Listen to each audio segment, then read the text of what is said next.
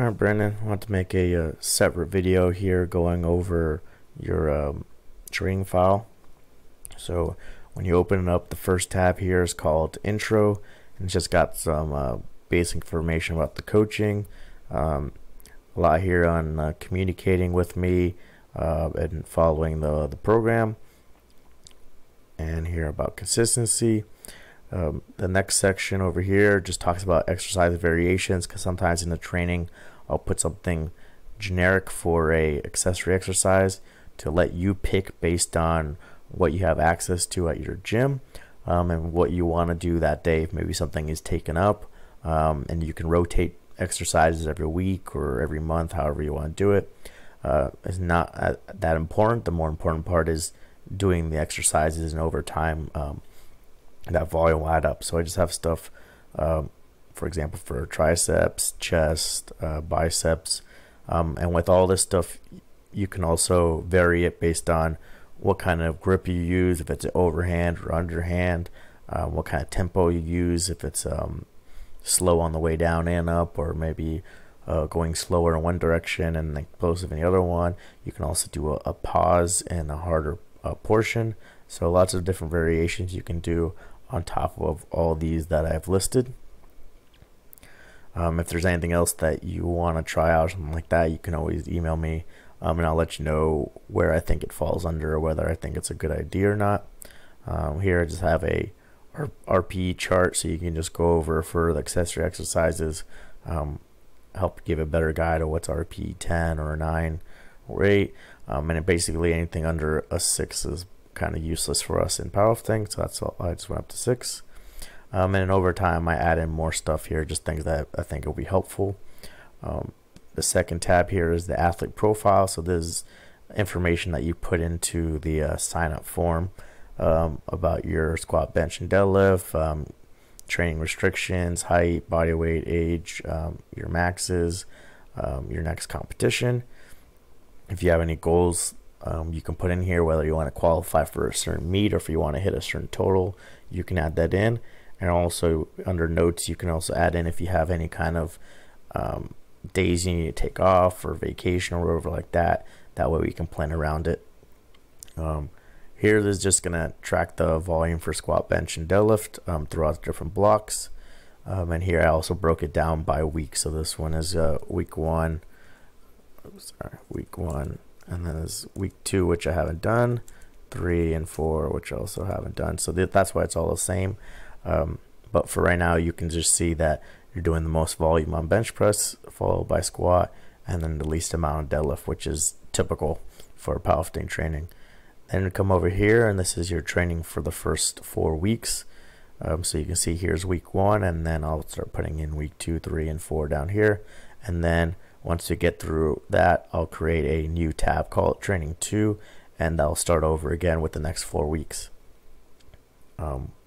Here for exercises, if I put competition in front of it, so competition squat, competition bench, competition deadlift, that means you want to try and do your technique as close to competition standards as possible. So your squat, you want to be going to depth. For your bench, you want to be doing the pause on the chest.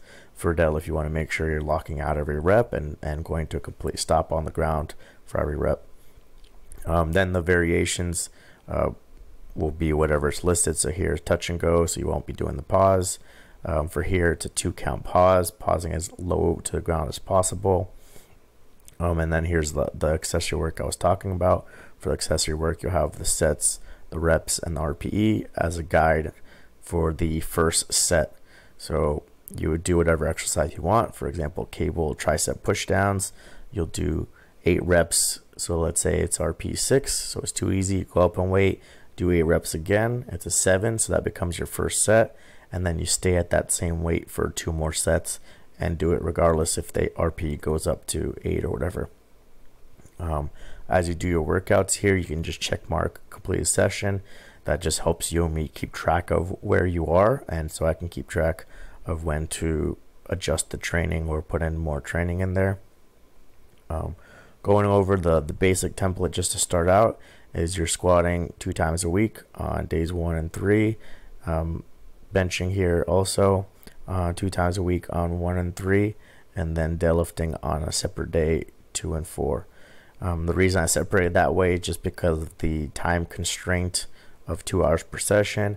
If we did squat and deadlift plus accessory work for lower body, those workouts can usually take a very long time. So squat and bench is a little bit faster, and then deadlift its own separate day should go fairly fast as well. So that way we won't be into like 3-hour sessions. And for the accessory work, if you're ever low on time, you can always just superset them to just go through them faster and get out of the gym. The reason for some of these exercises, a lot of it's just working on technique. Like I went over in a video, working on the technique changes for squat, bench, and deadlift. So we're doing a lot of competition work. And then some of the variations, this 2 count pause deadlift, one of it's just because you're doing the volume squats in the session before, so we have to do something lighter for a lower body since you won't be fully recovered. The lighter weight also lets you practice the technique we want of the starting position and the straighter back. And then the pause also helps you focus on that technique, the starting position and the straighter back right off the ground, because you have to hold it there for a 2 count, and it also stresses those muscles at those joint angles that we want to get stronger at. So you're spending more time under tension in that position, and you're going to get better at that position. And then here also I put in barbell good morning so that you can focus on that hip hinge movement with a straight back.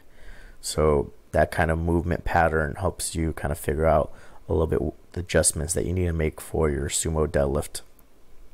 Then the rest of the stuff is just generic accessory work, building up triceps, countering all the pressing work with some pulling work, bicep work, rear delts, that kind of stuff.